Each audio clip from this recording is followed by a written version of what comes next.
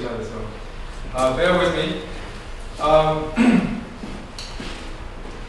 Mr. Toastmaster, fellow Toastmasters, and welcome guests. What I learned from job search. I got a new exciting opportunity recently, and it's going to be a new job.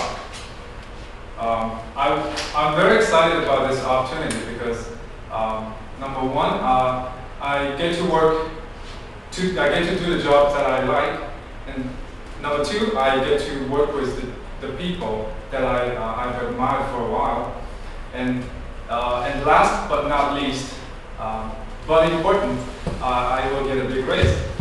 So this is going to be the third job in my life if I count my internship in. And during the past several weeks, I couldn't help thinking how interestingly things had come along, and how some of the influential people had helped me along the way, and how I was lucky enough to get all those jobs. So why don't you jump in my shoes and let me take you for a ride? So it started with a little bit frustration.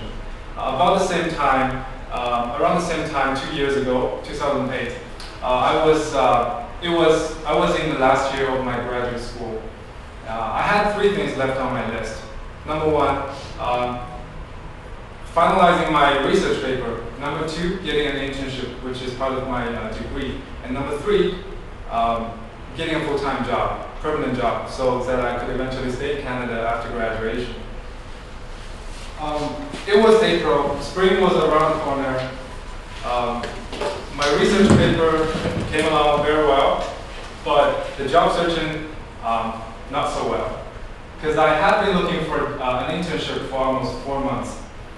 I tried every possible way. For example, I updated my resume frequently, and I went to job bulletin boards online, such as workoffice.com, and I applied for many jobs. And I attended lots of job info sessions, and I even tried cold calling some of the recruiting agencies. But luck wasn't on my side, so I get really frustrated. And the long waiting had been chipping my confidence away day by day, and my mojo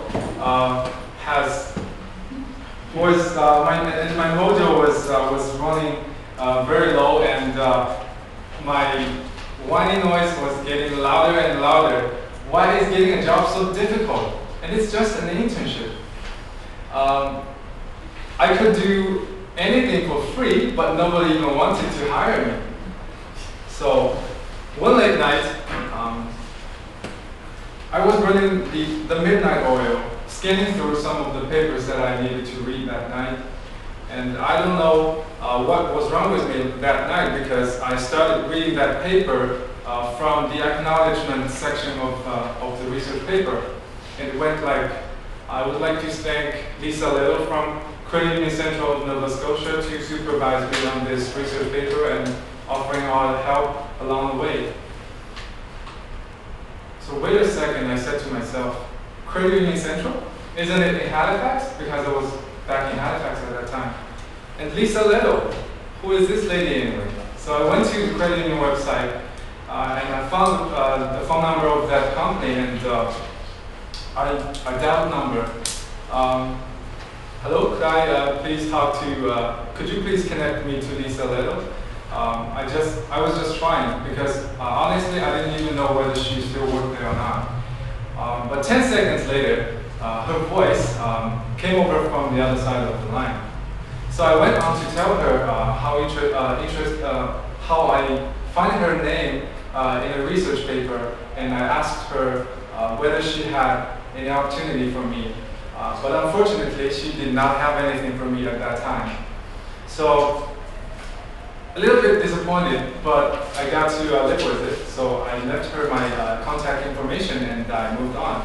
But 2 weeks later, I received a phone call from a lady called Gina Green, who is a colleague of Lisa. And she was looking for someone to do a 3 months project And obviously, it was Lisa Leto that mentioned me to Gina. So 1 week later, I started my internship. I started working for Gina as my internship. And as soon as I started my internship, I had to start looking for my permanent job because the internship is only 3 months. And all the stress and frustration hit me once again. And the credit union was kind enough to offer me a contract job after my internship, after my graduation. But what I was really looking for is a permanent job. So I was thinking of relocating to Toronto because obviously there are more good opportunities over here. And especially for the fields I had a passion for. So I got rejected many times due to lack of experience. I believe at that time that I was qualified for a more advanced level position, such as a senior data analyst. But that was not how other employers saw me. And it was a bit hard for me to prove myself at that point.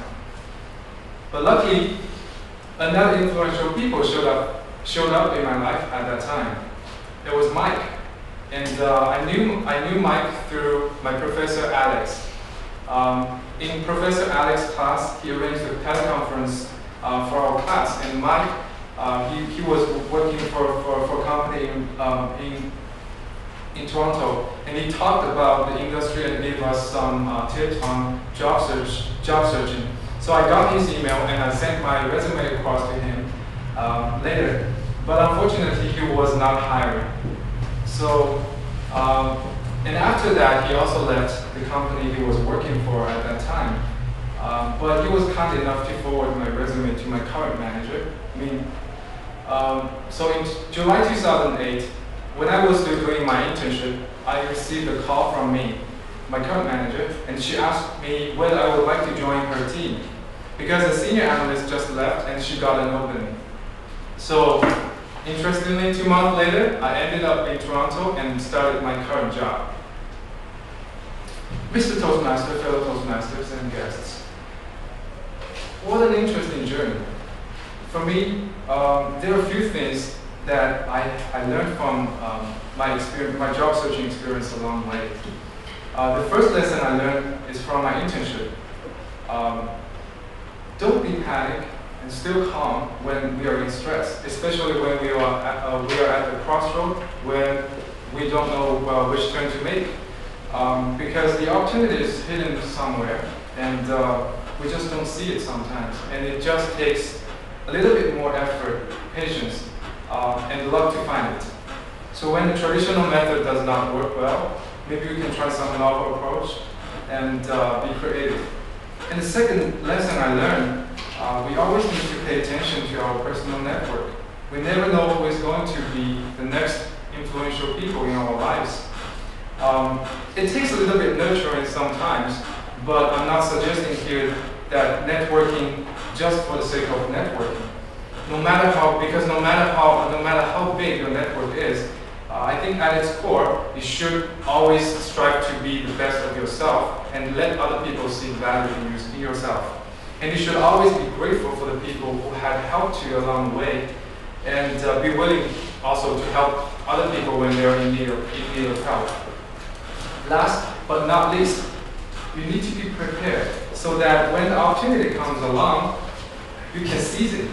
I was very lucky on my own journey because each time the opportunity came up, I seized it because I had been prepared for it. I was not the only student in that class that contacted Mike.